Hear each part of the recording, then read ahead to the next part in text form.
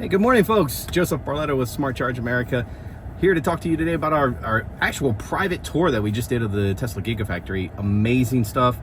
I have a few photos, a few videos to send, but they will not let you, of course, take videos and cameras into the actual facility. One of the unique things is we got to tour basically both Cybertruck lines and Model Y lines, and inside there you can actually see the vertical integration that the Cybertruck lines use on all 4 floors of the Tesla Gigafactory, and how they've inverted the basically assembly process for like an upside down triangle, where on the 4th floor they take a lot of their raw materials, everything gets injected there. Of course, on the 3rd floor they're doing a lot of the paint, undercoating, stuff like that. Drops it down to the 2nd floor, 1st floor, final assembly, all that good stuff. But it was very interesting to see the actual assembly lines, how they go from floor to floor, but then they also go back and forward. And it just kind of made me think that there's just more than one way, of course, of assembly. You normally think of assembly line and you think of the Ford Model A's and the Model T's, and they're all going down the same line. This was pretty clever on how they actually kind of revamp and just re-engineered from first principles exactly how you need to go about manufacturing a vehicle. And we also saw the body in white, and all things with with I guess the Model Y, the new Model Y, as they're no longer producing the older Model Ys. We did have a couple. We saw that when they actually drive the cars off the line, there's an engineer that jumps in. He puts the address inside the parking lot, and the Model Ys basically in the Cybertrucks, they go out of the Tesla Gigafactory and basically go park themselves. Now, what I thought was originally like the actual engineer sat there and said, okay, I want you to park in this parking spot here, and then it drove itself directly there. But no, it's not the case. Basically, it's sending them to the parking lot, and the vehicle itself just kind of roams around until it finds the open parking space, and then it parks itself. So I thought that was actually really informative on that end. I did not know that, but really cool stuff. This was a Tesla family and friends event, and so we did get a chance to actually see a lot of the inner workings where normally maybe the public wouldn't be able to see to the likes of it. We got some cool I guess Giga Texas water bottles. This is actually pretty cool. Our mission is to accelerate the world's transition to sustainable energy, and pretty cool. So I did not open this one. I'm definitely going to take this home and keep it in the stash. One of the, I guess, more promising parts was the fact that they are becoming more and more vertically integrated, and of the 2,500 acres that Tesla actually owns here in East Texas, they're only using about 4% of that space in land right now. That gives Tesla the ability to build multiple gigafactories on one site and not have to sit there and worry about procurement and taxes and national relations and everything else that comes along with trying to build the facility out here. But keep in mind, they are only building Model Ys and Cybertrucks at the actual Giga Texas facility. Really cool, really great experience. I want to thank Parker Smith on the Tesla team for getting us in there.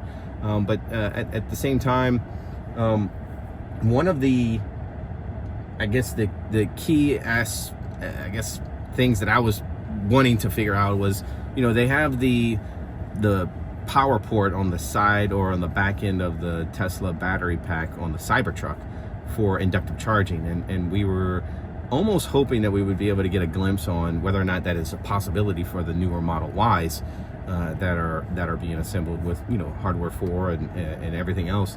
And so we didn't really get a chance to see that. I did try to take my underpinnings of kind of a Model Y, a brand new Model Y from underneath, but I wasn't able to locate if the battery pack actually has the inductive charging port to be able to basically fasten that that device to the vehicle. I mean, you would think that with full autonomy and the robotaxi network and the Cybercab, that we would actually be able to see that.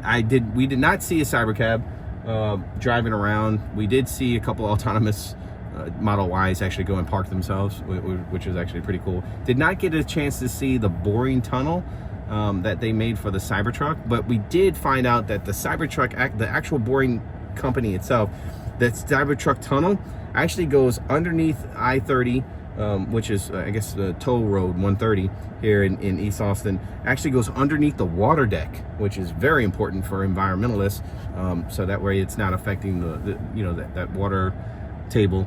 And then of course it pops right back out, so that way it saves, from what they were saying, that whole process of taking the car and driving it all the way across the interstate and going by the U-turn, it took about 12 minutes, and now it takes 90 seconds, and it's done unmanned. So you look at that and look at all the other iterative changes that they're making, and it's just, it's no wonder that they're pumping out a vehicle every 45 seconds. And so they mentioned the amount of Model Ys. Of course, they're producing at max around 5,000 per week, which gives it, you know, for every 45 seconds, a Model Ys coming off the assembly line.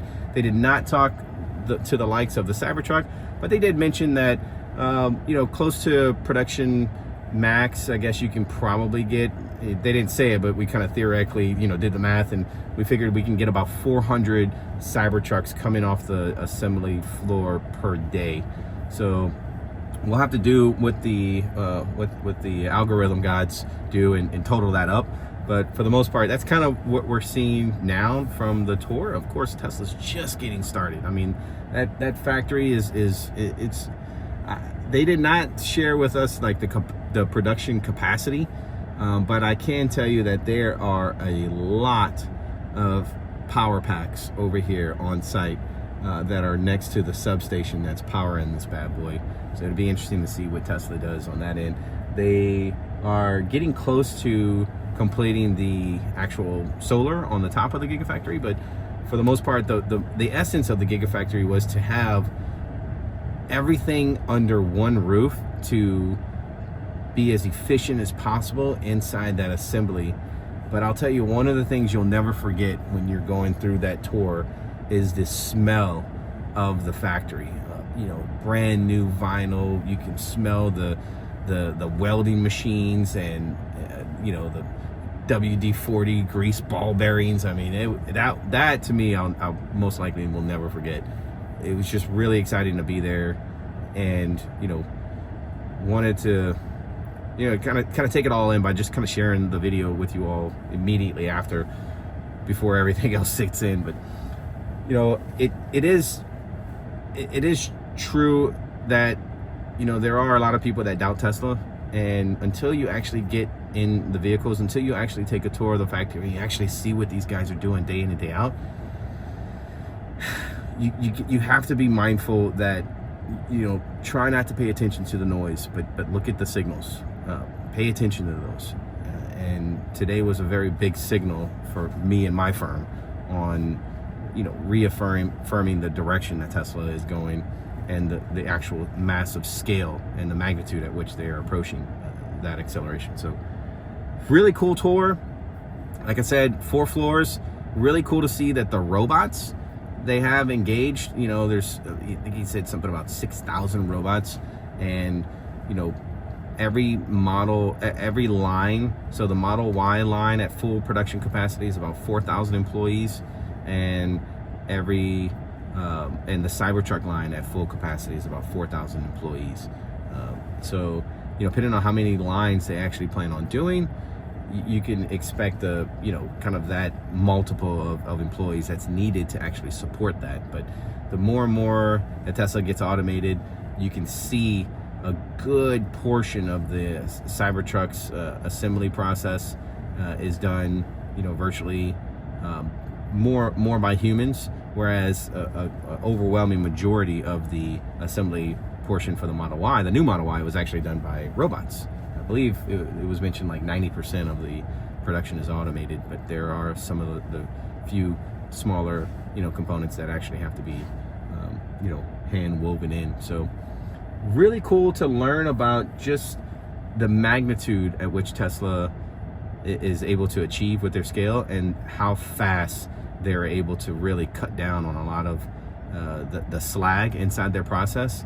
I mean, virtually every single one of the assembly lines had, you know, green light, meaning that there's not really a problem that's happening. Everything was, you know, maybe there was an orange here and there, just means that there's a little bit of a slowdown, but we're full throttle the whole way through and through.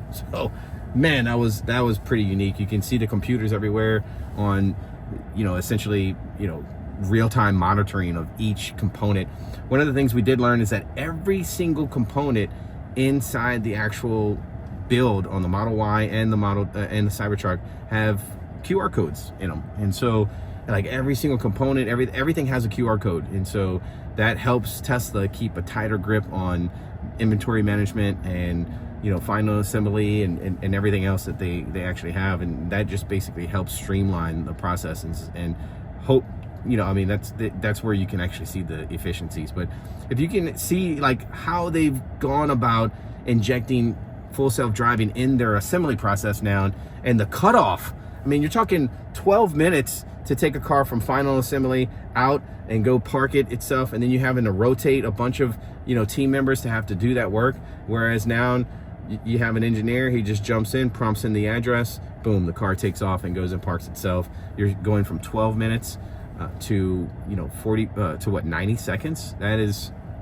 a feat in itself. So, but that's just one phase, and so Tesla is really famous for, you know, 1,000 iterations that really total up some serious efficiencies, and how they're able to scale that and accelerate it. That's the true magic behind Tesla and what we've seen here today.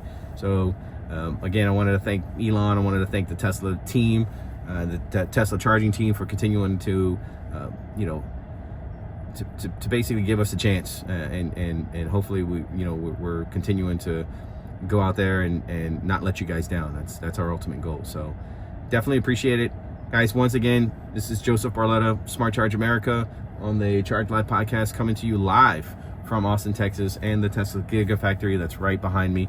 What an amazing tour today. If I do have any other comments or anything like that, I'll definitely be able to share maybe in a follow-up video. But we're super stoked, and we're appreciative of Tesla giving us the ability inside their family and friends tour on, you know, kind of coaching us up on exactly the particulars and what makes Tesla so special and so unique. We're definitely looking forward to more and seeing exactly what Tesla has for the future. We'll talk to you soon. Cheers, guys. Thanks.